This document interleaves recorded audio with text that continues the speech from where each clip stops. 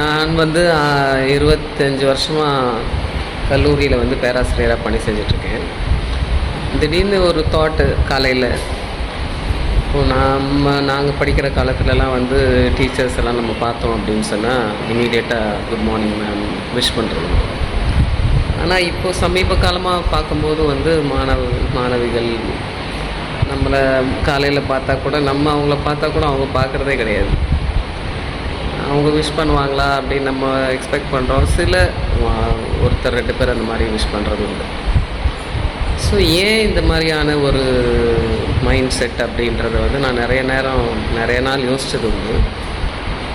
So நார்மலாக பார்க்கும்போது இப்போ இருக்கக்கூடிய சோஷியல் மீடியாவில் வந்து கண்ணுக்கு தெரியாத ஆளுங்கள்கிட்ட பேசுகிறது, இல்லை குட் மார்னிங் சொல்கிறது, அதுக்கு வந்து கொடுக்குற இம்பார்ட்டன்ஸ் வந்து நேராக கண்ணு முன்னாடி தெரிகிற ஆளுங்கள்கிட்ட வந்து கொடுக்கறது இல்லை அப்படின்றது என்னோட நிலைப்பாடு.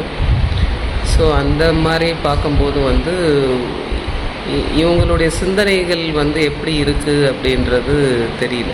அதாவது ஒரு காலேஜுக்கு நம்ம காலையில் வரும்போதும் இன்றைக்கி என்ன நடக்கும், என்ன கிளாஸ் இருக்குது, இல்லை வந்து யார் வருவாங்க அப்படின்ற அந்த எந்த ஒரு பிளானிங்கே இல்லாமல் வந்து மாணவிகள் இல்லை வந்து இப்போ இருக்கக்கூடிய இளைய சமுதாயம், நான் எல்லாரையுமே சொல்லலை, இது வந்து கொஞ்சம் யோசிக்க வேண்டிய விஷயம்.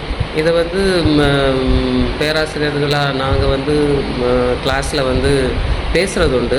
யாராவது பெரியவங்கள இல்லை மேடமை பார்த்தீங்க அப்படின்னு சொன்னால் விஷ் பண்ணுங்கள், காலையில் விஷ் பண்ணுங்கள் அப்படின்ற போது அந்த விஷ் பண்ணும்போதும் இருக்கக்கூடிய அந்த க்ரீட்டிங்ஸ்ன்னு நம்ம சொல்லுவோம். நம்ம சும்மா போடுறோம், விஷிங் யூ ஹாப்பி பர்த்டே எல்லாமே போடுறோம். பட் வந்து அது வந்து மனசுலேருந்து வருதா அப்படின்றது வந்து ஒரு பெரிய கேள்விக்குறியாக இருக்குது.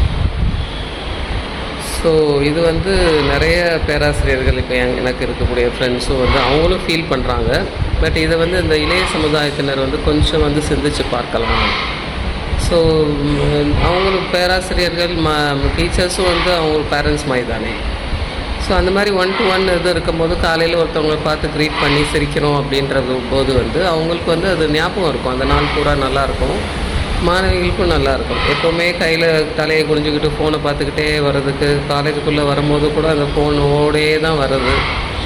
ஸோ இது வந்து கொஞ்ச நாள் ஆக வந்து தே வில் லூஸ் பீப்புள். அதாவது ஸோ பேராசிரியர்களும் மாணவிகள் தான் இருப்பாங்க அப்படின்ற அந்த ஒரு மைண்ட் செட்டுக்கு ஆல்ரெடி வந்துகிட்டு இருக்காங்க. ஸோ இந்த மாதிரி இல்லாமல் கொஞ்சம் வந்து சிந்திச்சாங்க அப்படின்னு சொன்னால் கொஞ்சம் நல்லாயிருக்கும் அப்படின்னு நினைக்கிறேன். நன்றி.